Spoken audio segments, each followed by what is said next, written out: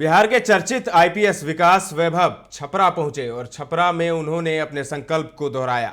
साल 2047 तक विकसित बिहार का संकल्प। इसके लिए उन्होंने कहा कि हमें एक होकर रहना पड़ेगा। जो खंड खंड में रहते हैं वो कभी विकास नहीं कर सकते। अगर हमें बिहार को विकसित बनाना है तो हमें जाति धर्म से ऊपर उठना होगा।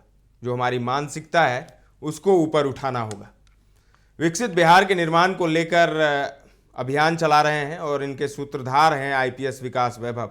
अपने अभियान के चौथे चरण में सारण जिला मुख्यालय स्थित राजेंद्र स्टेडियम परिसर वो पहुंचे। कार्यक्रम वहां पर आयोजित किया गया था। नमस्ते बिहार चौथे जनसंवाद में लोगों को उन्होंने संबोधित किया और आईपीएस अधिकारी विकास वैभव ने क्या कुछ कहा लोगों से, सुनिए। लोग मुझे लाइव सुन रहे हैं। मन में संकल्प बड़ा स्थापित। 9th में था जब भोपाल में बच्चों ने बिहारी बोल के चिढ़ाया था। मन में बड़ी पीड़ा थी। इस मैदान में अनेक बच्चे हैं जो अलग अलग विद्यालयों का भी प्रतिनिधित्व कर रहे हैं। मन में बड़ी पीड़ा जगी थी कि वो बिहार जिसने कभी विश्व को नालंदा और विक्रमशिला जैसे विश्वविद्यालय तब दिए जब यूरोप में ऑक्सफोर्ड और कैम्ब्रिज की कल्पना नहीं थी। अभी आपके बीच मंच पर बैठा था, एक नए बिहार की जब दृष्टि कर रहा था तो बड़ा प्रसन्न हो रहा था। सेवा बाकी है। इस मनोदशा से निकलना होगा जिसमें हम सोचते हैं कि बिहार को आगे बढ़ाने का दायित्व कुछ गिने चुने लोगों पर है। बिहार को आगे बढ़ाने का दायित्व हर उस बिहारी पर है और भारत के संविधान में हर नागरिक का मौलिक कर्तव्य है, फंडामेंटल ड्यूटी है कि अपने देश को, अपने राष्ट्र को, अपने समाज को आगे बढ़ाने के लिए हम कार्य करें।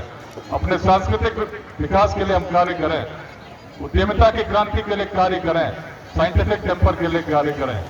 पिछले 3.5 वर्षों से सोमवार से शुक्रवार कार्यालय के सभी दायित्वों को निभाते हुए गृह विभाग में विशेष सचिव था, सबसे व्यस्त चार्ज था। उस समय अभियान शुरू हुआ था क्योंकि अपने शनिवार और रविवार को जो आराम से परिवार के साथ बिता सकता था, मैंने यही सोचा बाल्यकाल से जो भाव लेकर चल रहा हूं, यदि बिहार नहीं बदला तो मेरा परिवार कैसे सुखी रह सकता है।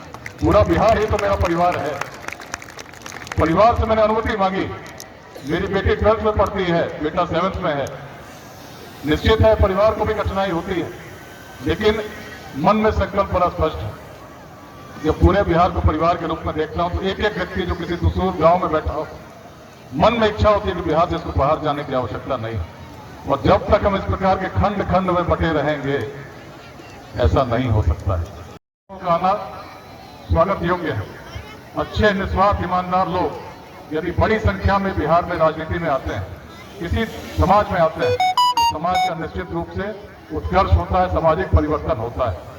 लेकिन जिस स्वप्न को लेकर हम लोग चल रहे हैं 2047 तक एक विकसित बिहार, यदि कुछ लोग जो निस्वार्थ हैं, ईमानदार हैं, जो बिहार को आगे बढ़ाना चाहते हैं, ऐसे लोग राजनीति में पहले तो आने में कठिनाई। खंड खंड में समाज बटा हुआ है। जाति, संप्रदाय, लिंग भेद, विचारधाराओं के मतभेद में हम इतने ग्रसित हो चुके हैं कि 10 व्यक्ति भी बैठते हैं तो पहली बात मन में यही आती है कि दूसरा व्यक्ति किस जाति का है, किस संप्रदाय का है। उसके अनुसार हम तय करने लगते हैं कि इससे हमारी मित्रता होनी चाहिए कि नहीं होनी चाहिए, किस प्रकार के विचार मेरे मन से इनके प्रति निकलने चाहिए। इस प्रकार के खंडित समाज में जो हम रहते हैं तो राजनीतिक दलों की तो विवशता है। यदि उन्हें राजनीति करनी है तो समाज के उस समीकरण को स्वीकार करते हैं जो खंड खंड में बटा हुआ है। तो सुना आपने विकास वैभव को। विकसित बिहार के निर्माण का अभियान प्रदेश की समृद्धि विरासत से प्रेरित है, जो शिक्षा, समता और उद्यमिता के मंत्रों पर आधारित है।